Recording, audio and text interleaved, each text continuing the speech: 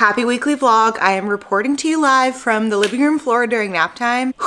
I am so out of breath. Posted a question box on Instagram like an hour ago and I already have so many questions. So we're just gonna go through some of the first ones that I got. Okay, let's rock and roll. First question, just curious, why do you hide your oldest son's face and not your youngest? Someone else said, I'm sorry if this has been asked before, but why do you cover one face and not the other? Another person said, why are you covering toddler's face but not baby? Great question. I think I answered this a while ago on, I don't know if it was like Instagram stories or YouTube. I can't remember. I think the biggest reason is that Layton is so little and his face is gonna change like 50 more times by the time he's 1. And Luca is like a full little boy. Like he looks like what he's gonna look like for the next however long. And my biggest thing when it comes to sharing my boys online is that I truly just don't want them to be recognizable to a perfect stranger out in public. Try to be careful about like sharing his face to where you really couldn't like pick him out of a crowded room. And with Layton, like I said, his face is just gonna change so many times in the next year that I don't feel like that's as much of a concern, especially if like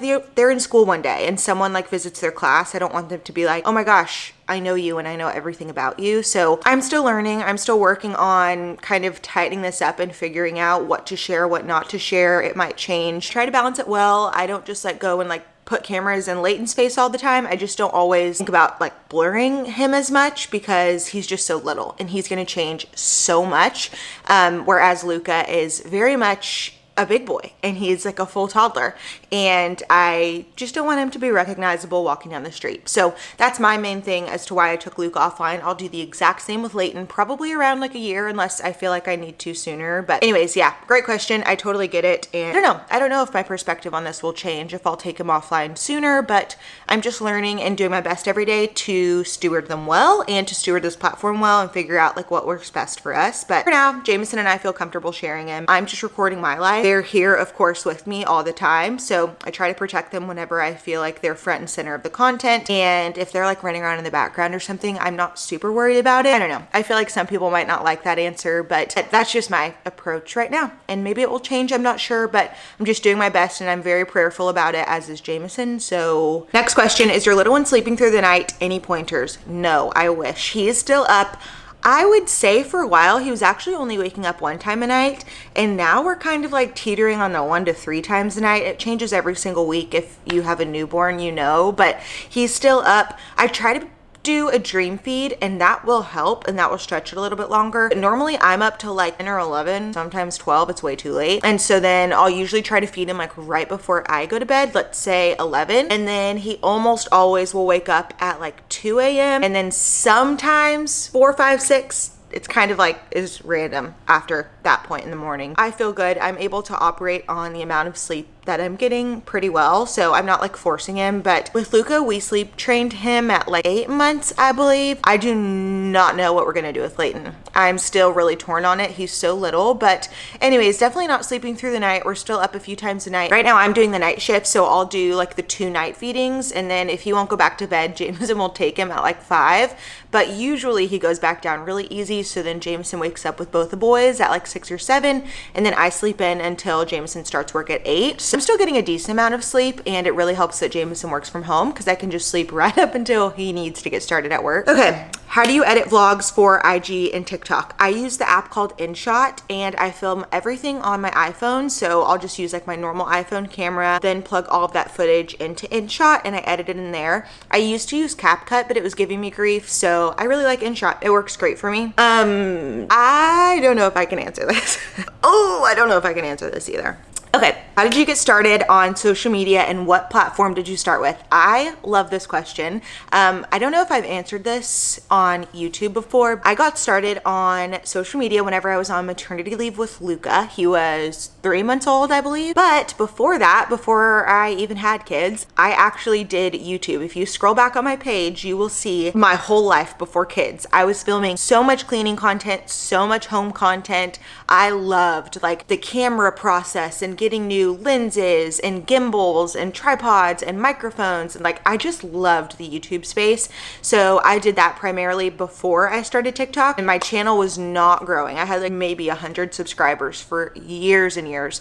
And then whenever we had Luca and we moved into this house, my husband was like, why don't you post a cleaning video on TikTok today instead of YouTube and see how it goes? Sure enough, that cleaning video on TikTok went viral. It was viral to me at the time. That's where I ended up gaining like, I don't know, it must have been 10,000 followers at once. It was pretty crazy. That's how I started. Was I've always had a love for like YouTube and filmmaking and long form content. I transferred that over to short form, and then it literally changed my life. And shortly after, I was able to do it full time. So that's how I started. And I tell everybody, post videos, because you never ever know, and it could be the biggest blessing in the entire world, just like it was for me. Oh, this is so real. Fellow content creator and finding it impossible to film and edit with a 16-month-old. Any tips? I would say my biggest piece of advice is to make it as organic as possible. I think if you have to do a ton of prep work, ton of detailed filming shots, and go to the 5 different stores to prep for the video you're making, that won't be attainable unless you have a lot of time and energy and resource to dedicate. So I really just try to make my videos as organic and as authentic to my life as I possibly can, which means I just film our days. I film our morning, I'll film me cleaning, I'll film the smoothie I'm making, I'll film the crafts I'm doing, things I would be doing regardless of social media. I will say that editing is very much like a muscle. Once you are editing for like 3 to 6 months, you're eventually going to be able to whip up a video. And like editing is the easiest part for me. I can just get one up really, really quick because I've been doing it for so long. In the beginning, especially when you're starting out, it's so hard to learn like the shots you like and how you like to edit and where you like to cut your videos and what type of voiceovers you like to do. The longer that you're doing social media and the more you film, the easier it is because it's like muscle memory at that point. So keep going. You're doing amazing. And 16 months is a really hard age too. So give yourself grace for sure.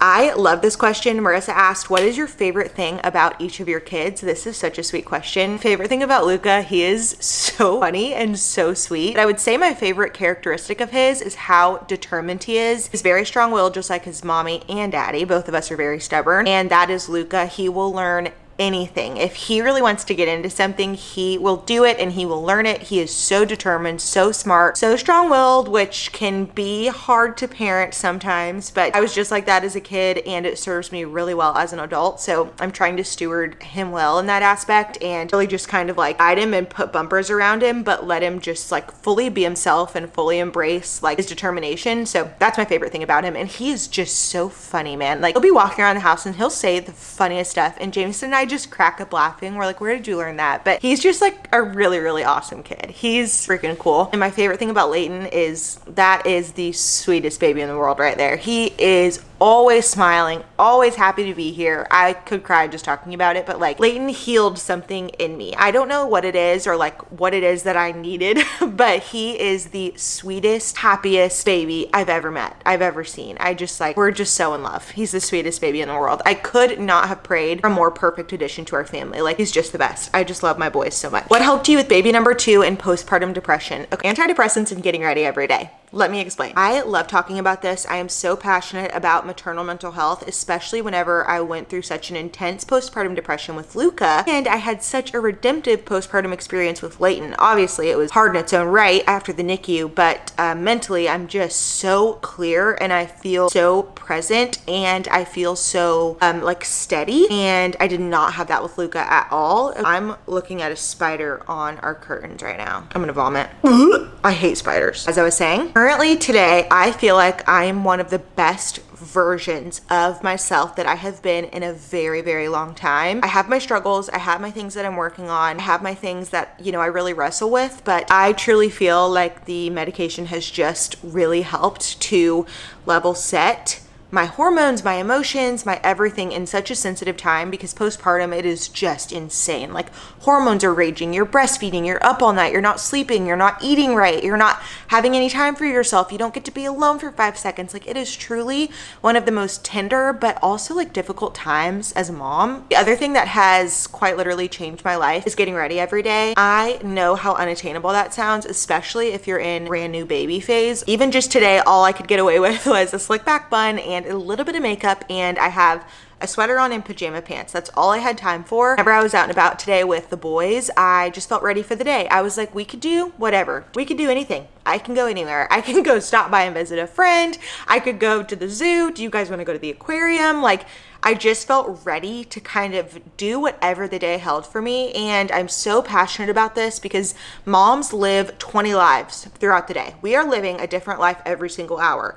In the morning, we're like being spit up on and changing diapers and doing bottles, cleaning the mud off our toddlers, and we're dirty. But then in the next hour, we need to be at a doctor's appointment. And then after lunch, we need to go meet up with a friend for a play date. And then that evening, we're going out to dinner because we didn't have time to cook. And then once you go to bed, it's like you're back in your lounge clothes. It's like we're living 20 different lives throughout the day. I'm getting a little too long-winded here again, but it's really helped me. 5-10 minutes every single morning. That's all it takes. That's what I do. It helps me so much. It's how I'm able to film throughout my day with the boys and do all the things. So antidepressants and getting ready every day. And I lost sight of the spider. You guys are freaking hilarious. Someone said any single guy friends that are looking for a girlfriend. Let me think on this and then get back to you actually. Any tips on how many baby clothes in each size to start with before they arrive? I was just talking to a girlfriend about this that just found out that she's pregnant, and I was giving her our baby boy clothes. She was like, well, how many of each size do I need? Like if we go shopping? And obviously it depends on the size of your baby, but I had a really teeny baby and then an average size baby. Luca was 5 pounds, Leighton was 7'11". Both boys, I had a similar experience, and that's that I wish I had more tiny clothes. They are in preemie in the beginning. My boys were at least. And Leighton was still like an average size baby, but he was still in preemie. And he was long and still needed to be in preemie. So I wish I had more. He was in newborn up until, you know, that 3-month mark. So I would say to have some preemie on hand and have money set aside to like run to Target and buy preemie, depending on your baby size. And then after that, once you hit the 0 to 3 and then 3 to 6, I feel like it'll be super consistent. At least it was for Luca. And once he hit 0 to 3, it was like he wasn't fitting up as much. We weren't having as many blowouts. I wasn't going through as many outfits. And so I didn't need as many onesies. So I don't know. I hope that helps, but it's going to be so different for every baby. I would say definitely stock up on your newborn sizes and then maybe have budget set aside for like if you need preemie, or if you have a big baby, you might need to run and get more 0 to 3. Okay, what was your remote job before you did social media full time? I'm trying to work remote. I worked at a tech company based in San Francisco. I loved my job. I was a customer success manager for vacation rentals. It was like a revenue management service or dynamic pricing. I think I loved my job so much because of the people that I worked with. Ended up just being like really burnt out from doing social media, having Luca home with me full time. But I would say my biggest piece of advice for finding remote work is you might have to be willing to start off a little bit more entry level than you would like. That's exactly what I had to do, to go to a little bit more of an entry level job in order to find something that I would qualify for remote. So I ended up having to do customer support. I did ticketed work for a little bit. I hated that job. It was so awful. That was a form of torture. And then I ended up using that experience to get into a customer success manager role, and I was there for a while and I loved my job there. Let's do a few more and then the boys are probably going to be waking up soon. What are you looking for in a new home? I love this question. I am so excited for our next home. It's not happening quite yet. I really want to stay here as long as we can. We are so excited for our next place because we just have such a vision for it, and we're going to be living on land with my family, which has been the plan for like the past 6 years. If you know us, you know. That's going to kind of be the next step, is probably to buy a little bit of land, and my dream would be to build. Biggest thing that I'm looking for is somewhere where the boys can grow up and like them and their friends love being there, like four-wheelers, dirt bikes, a pool, basketball hoops, a game room, movie room, like whatever it ends up being. I just really want it to be a safe space for my kids and their friends. That's what I had growing up. My house was the house where everyone was all the time. We never had an empty house. Every single night we had people over for dinner. People would pop in for coffee in the morning. They would come by for lunch in the afternoons. We just always had a full house, and it's because my mom just like stewarded our home so well. She was such an amazing host and she made everyone feel so welcome, and I want that for my boys because I loved that my safe place was such a fun spot for all of my friends to be. Okay, someone asked, new follower here, what happened to Luca's heart? I have not talked about this in a while because honestly, I could throw up at the thought of it. It's like still so sad. Luca was born with congenital heart disease. He has something called bicuspid aortic valve. The only reason I share such detail about his heart diagnosis is because the heart community online is one of the most beautiful things I've ever been a part of. And there are so many moms that follow me because their babies have the exact same diagnosis as Luca. Luca will require open heart surgery in order to fix this. We just don't know when. We unfortunately never know. So we have to go back every 2 years to get an echo and an EKG to check on his heart. And if one day they find that he needs surgery, we will have to be ready for that. One of the hardest things I've ever dealt with is that every single day I have to think about it, and every single day I have to be prepared. I have got to go kill this spider. I'm gonna vomit. I'm gonna use Superman to go kill this spider. I'll be right back. Gotcha. Sorry, Superman. Last question. What is the big surprise that you've been teasing? I am dying to know. It's gonna be good and you're gonna be able to buy it. I don't want to say too much because I want to make sure that everything is like ready to go. It's a dream I've always had. It is a business I've always dreamed of owning, and let's just say you guys are going to love it. Last hint I'll give is that it's for the mamas. Maybe one day it'll be for the babies too. Okay, Luca is officially waking up. That's all I have time for today. I hope you enjoyed this Q&A. Thank you so much for watching as always. I love you guys, and I'll see you in my next video.